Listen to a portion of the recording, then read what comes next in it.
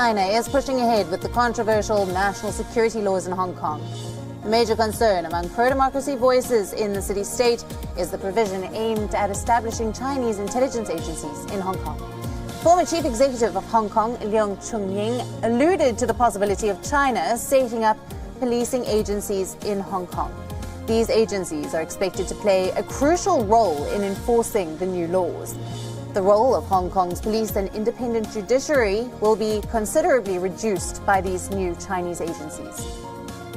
Now, China is trying to fend off global criticism against the new laws. Vice Premier Han Zheng has said that only a small group of people will be affected by the proposal.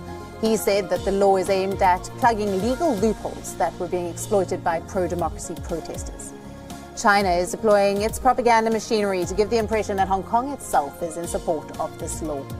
A group of lawmakers and political advisors from Hong Kong backed Beijing's proposal, saying it would safeguard Hong Kong, but the bill is extremely unpopular in the city-state.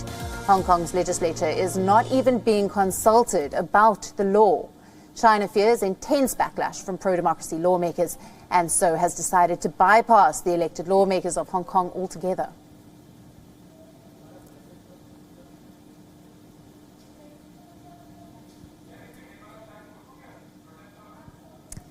The student activist who took on China, the face of the Hong Kong protests, Joshua Wong, joins us live from Hong Kong. Welcome to you, Joshua. Thank you for your time today. Now, the protests taking place today in response to the controversial national security laws, I have a quote of yours calling it the beginning of the end for Hong Kong. What do you want to achieve with these protests today?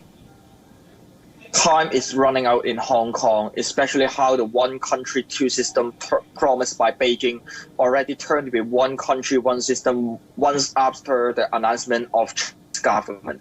With the anti-subversion regulation in the national security law, it will be really terrible and easily to silence the voice of not only protesters, but even businessmen, expats, NGOs, religious groups, and how they tightening the freedom of people live in China and Tibet might be the future destiny of Hong Kong. That's why we urge Beijing to withdraw the national security law, just ensure the safety of communist regime, but never guarantee the future of Hong Kong. This national security law then is ultimately threatening the one country, two systems. That's what you're saying, this formula, which then would remove the broad freedoms of Hong Kong, like free press and independent judiciary. So you say that this is ultimately more dangerous than last year's extradition bill. Last year, when Beijing suggested to introduce the extradition bill, at least need to go through the legislation process in the Hong Kong Legislative Council. But in 2020, they announced it to impose the national security law without any discussion, without any meeting or vote by the lawmaker in Hong Kong. They bypassed whole of the legislature system in Hong Kong. Separation of power exists in name only. Right. We have seen a lull in the protests due to the coronavirus lockdown restrictions. Do you feel that China is using the pandemic to push through this bill while the world is dealing with the coronavirus issue? Beijing, when China export COVID-19 from Wuhan to the world, Beijing take advantage on it, introduce this evil law, and assume that the world will not pay attention to it. But we must put Hong Kong under the global spotlight and urge fellow stakeholders of the global community to stand with Hong Kong. Right. There were protests for a lot of last year, some turning violent both on the part of the police and the protesters. Have the protesters today witnessed any violence?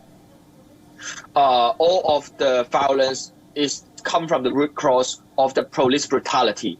Water cannons, rubber bullets, or those tear gas were used by a riot police.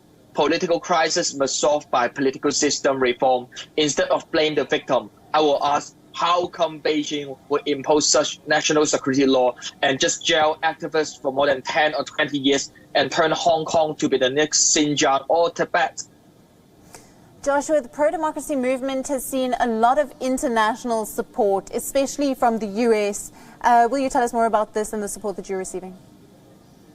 supporting Hong Kong is not a matter of right or left, it's the matter of right or wrong. So we hope to seek for international allies, not only in the Western world, but even in the global community in Asia. So in such uphill battle, we hope to continue and fight back and let Beijing know that kowtow to the authoritarian regime should not be the only way out.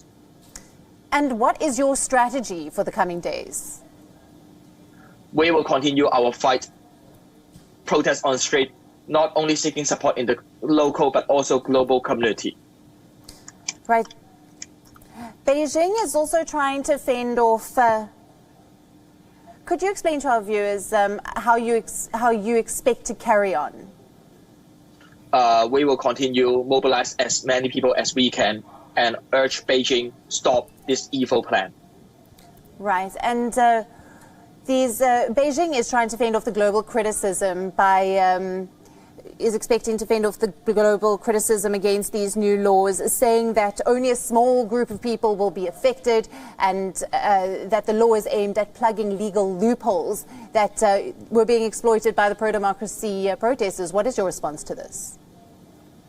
Justice delay is justice delaying, and this arbitrary regulation with the political driven motivation of the anti-subversion regulation, it could arrest as many people as they can, no matter religious leader, businessman, or expat or foreigners. That's the time for us to safeguard freedom in Hong Kong. Right, and Joshua, do you feel then that China is using its propaganda machinery then to give the impression of Hong Kong's support for this bill? This is meaningless and they can't reach their goal, and we will continue committed to the movement in Hong Kong until the day they withdraw this evil bill. Joshua Wong, thank you very much for joining us right here on WION World is One. That is pro-democracy activist Joshua Wong joining us live from Hong Kong.